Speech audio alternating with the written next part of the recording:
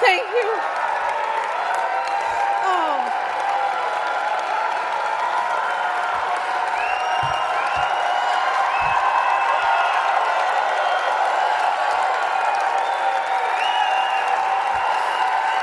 Stop.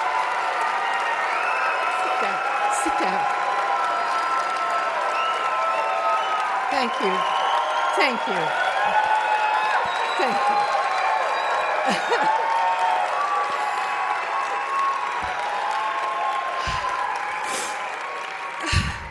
I'm coming every year.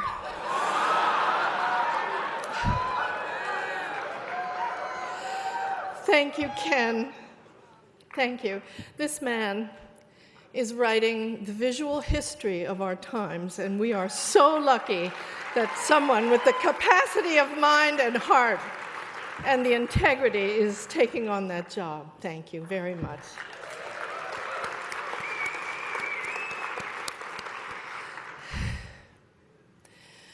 I do like football.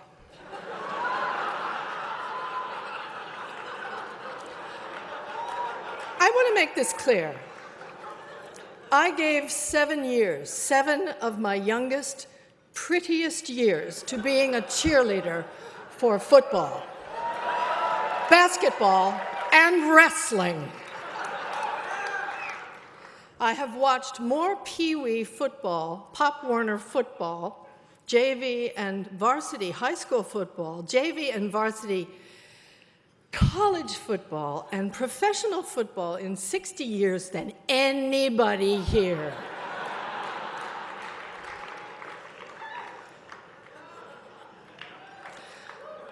But if you hear a woman in a restaurant say, "My son is very interested in the arts," she's not talking about football or mixed martial arts, because they're just not the same thing. Some of us like football, some of us like the arts, many of us want both in our lives.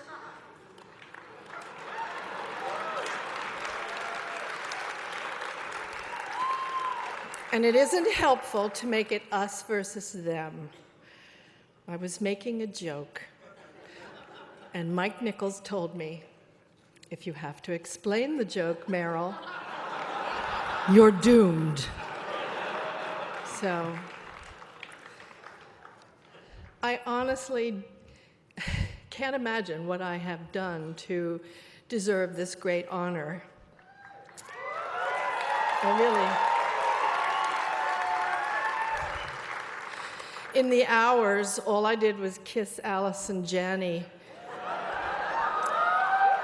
in take after take after take after take.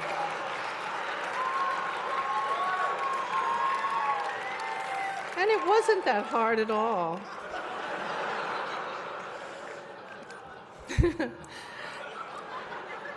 And I'm also fairly proud of a very jolly portrayal of a gay conversion therapist on Lisa Kudrow's web therapy that I did. And I feel our vice president might want to check out those episodes.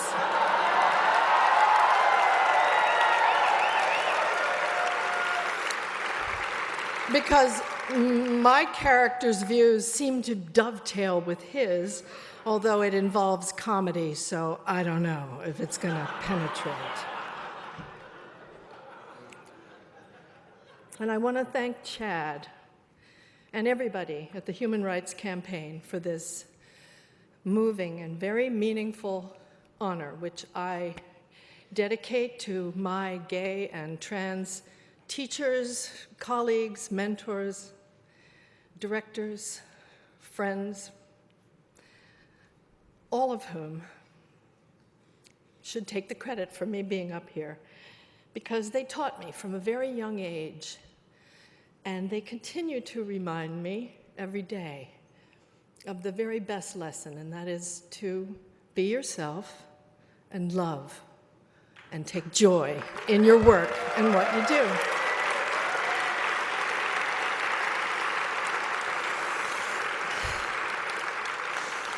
And I'm very grateful to the this incredible organization, Human Rights Campaign, for what you have done in such a smart, strategic, and systematic way to secure and safeguard the rights of LGBTQ Americans.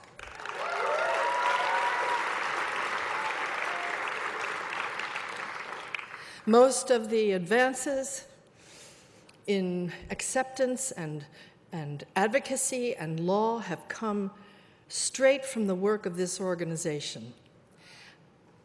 Well, I don't know how straight it was.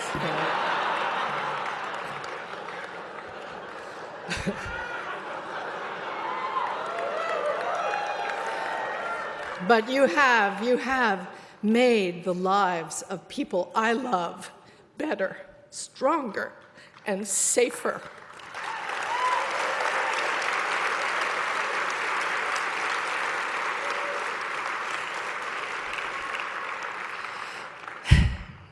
When I was a little girl growing up in middle-class New Jersey, my entire artistic life was curated by people who lived in the straitjacket of a very conformist suburban life. In the late 50s and early 60s, all the houses in my neighborhood were the same size in the developments. They even were the same shape and color and style. And in the schools, your job was to put pennies in your loafers and look the same as everybody else and act the same as everybody else. Standing out, being different, was like drawing a target on your forehead. And you had to have a special kind of courage to do it. And some of my teachers were obliged to live their whole lives hidden, covertly. But my 6th and 7th grade music teacher, Paul Grossman, was one of the bravest people I knew. Because later, when I was in graduate school, I read that he had transitioned and become one of the first transgender women in the country.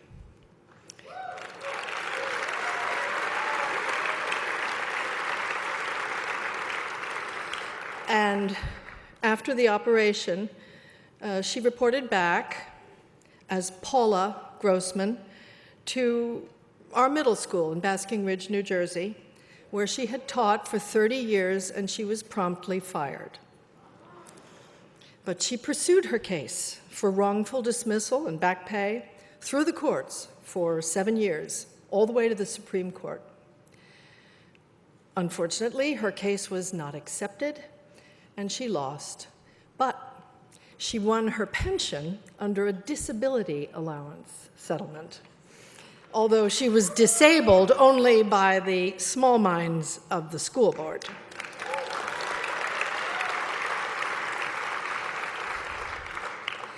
She was a garrulous, cantankerous, she was a terrific teacher, and she never taught again. But her case did set the stage for many of the discrimination cases that followed. She and her wife raised their 3 girls. She worked as a town planner, and she had an act playing piano and singing in cocktail lounges around New Jersey. But I remember her as Mr. Grossman. And I remember when he took us on a field trip to the Statue of Liberty in 1961. And our whole class stood at the feet of that huge, beautiful woman, and we sang a song that he had taught us that was taken from the lyrics. The lyrics were taken from the poem by Emma Lazarus, engraved at the base of the monument.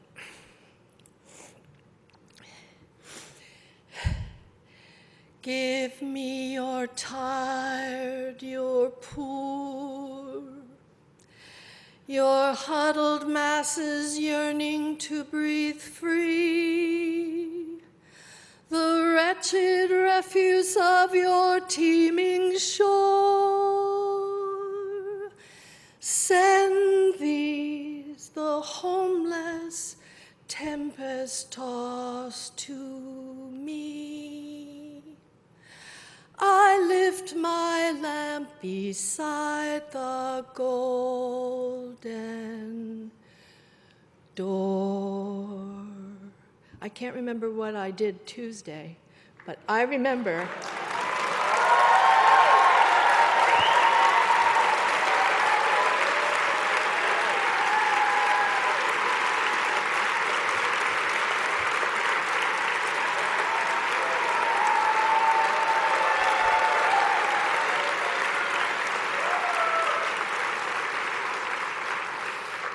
I remember that song Mr. Grossman chose to teach us. It stirred my 11-year-old heart then, and it animates my conscience today. That's what great teachers do. She died in 2003. God rest her soul. My piano teacher, George Voss, he was about 80 years old in 1965. He lived... Or he was probably 40, and I just thought he was. Whatever. And he lived in a little house hidden away in the woods in Berkeley Heights, New Jersey, with his lover, Phil. And my mother said, his lover for 50 years. And his house wasn't like the other houses. It was a magical place. It was filled with birds and exotica and collectibles from Central and South America, which they'd gathered on their trips. I'm not going to introduce you to all my gay and trans teachers. I just wanted to tell you about some of the people who made me an artist and who lived under duress.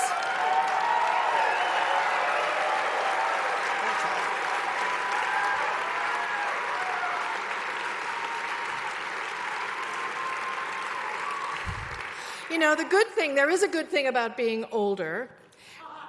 There is. You'll see. And that is, you do get to mark the decades and the progress of things. You can honestly say things are better now. They really are better now. But what is that famous quote? The price of liberty is eternal vigilance. Everybody thinks that's Jefferson that said that. But it wasn't. It was an Irishman, John Philpott Curran, don't you know? Eternal vigilance is the price of liberty. And he also said, Ken, great minds, you know? Evil prospers when good men do nothing. Ain't that the truth?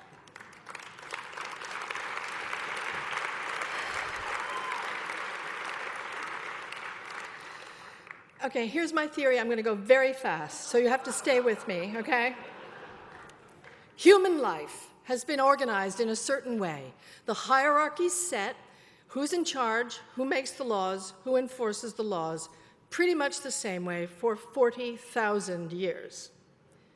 Yeah, I know. There were some small number of matrilineal cultures and some outliers who were more tolerant of difference, it's very true. But pretty much, and the so-called democracies, the great democracy of Greece, where women and slaves were excluded, pretty much through our history, might made right, and the biggest and the richest and the baddest were the best. And the man pretty much always was a man. But suddenly, at one point in the 20th century, for reasons that I can't possibly enumerate in the 2 minutes that I have left, something did change. The clouds parted, and women began to be regarded, if not as equal, but as deserving of equal rights. It's true. It was a first. Men and women of color demanded their equal rights.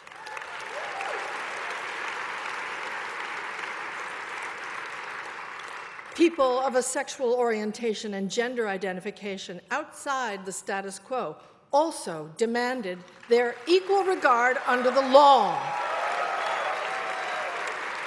So did people with disabilities. We all won rights that had already been granted to us in the Constitution 200 years before, in theory. But the courts and society finally caught up and recognized our claims. And amazingly, and in the terms of the whole of human history, blazingly fast, culture seemed to have shifted. All the old hierarchies and entitlements seem to be on shaky ground. Which brings us to now. We shouldn't be surprised that fundamentalists of all stripes, everywhere, are exercised and fuming. We shouldn't be surprised that these profound changes come at a much steeper cost than it seemed we were gliding through them in the late 20th century. We shouldn't be surprised if not everyone is totally down with it. But if we live through this precarious moment, if his catastrophic instinct to retaliate doesn't lead us to nuclear winter, we will have much to thank this president for, because he will have woken us up to how fragile freedom really is.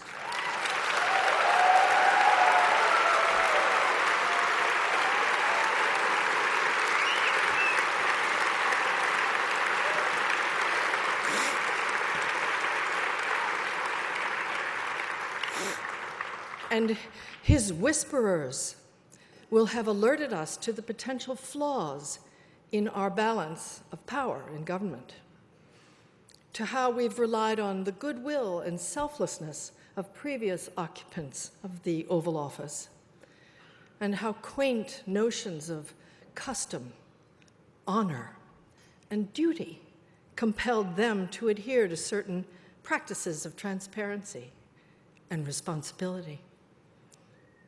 How easily all of this can be ignored, and how the authority of the executive in the hands of a self-dealer can be wielded against the people and the Constitution and their Bill of Rights. The whip of the executive can, through a Twitter feed, lash and intimidate, punish and humiliate, delegitimize the press and all the imagined enemies with spasmodic regularity and easily provoked predictability.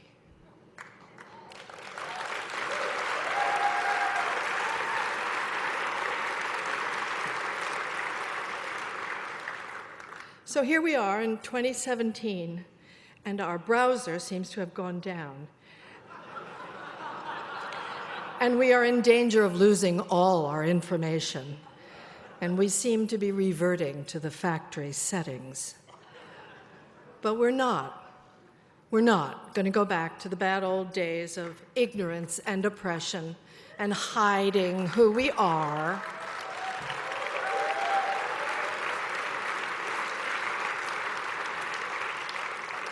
Because we owe it to the people who have died for our rights and who have died before they even got their own. And we owe it to the pioneers of the LGBTQ movement, like Paula Grossman, and to the people on the front lines of all civil rights movements, not to let them down. I am the most overrated and most over-decorated, and currently, I am the most over-berated actress who likes football of my generation. But that's why you invited me here, right?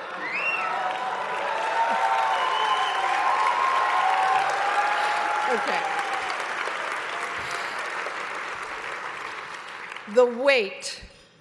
The weight of all my honors is part of what brings me here to the podium. It compels me.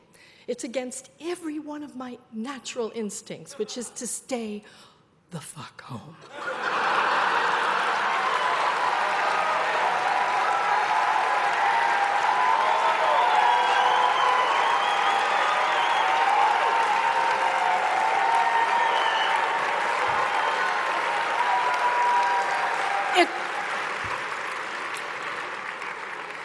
It compels me to stand up in front of people and say words that haven't been written for me, but that come from my life, from my convictions, and that I have to stand by.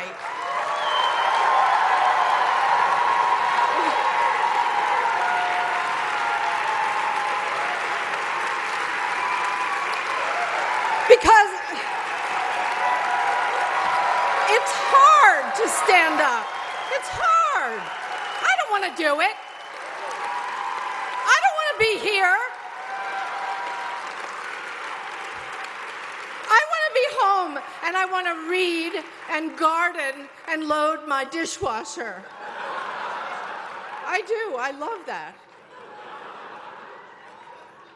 It's embarrassing and it's terrifying to put the target on your forehead, and it sets you up for all sorts of attacks and armies of brown shirts and bots and worse. And the only way you can do it is to feel you have to. You have to. You don't have an option.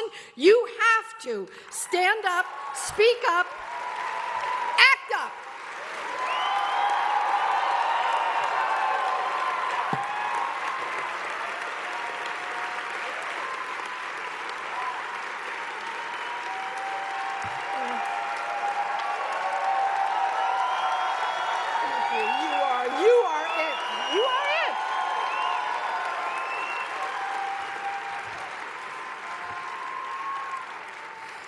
And when I load my dishwasher, from where I live in New York City, I can look out my window and I see the Statue of Liberty. And she reminds me of Mr. Grossman and the first trip there, and all my great-grandparents who came through and passed by that poem. Many of them fled religious intolerance in the old world, and we Americans have the right to reject the imposition of unwanted religious practice in our lives. We have the right to live our lives with God or without her, as we choose.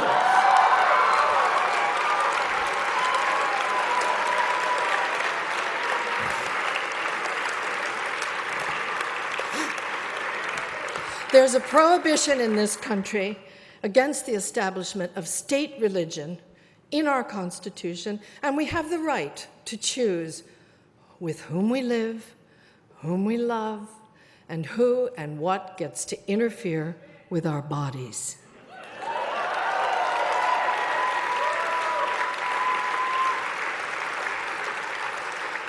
As Americans, men, women, people, gay, straight, LGBTQ, all of us have the human right to life and liberty and the pursuit of happiness. And if you think people were mad when they thought the government was coming after their guns, wait till you see when they try to take away our happiness.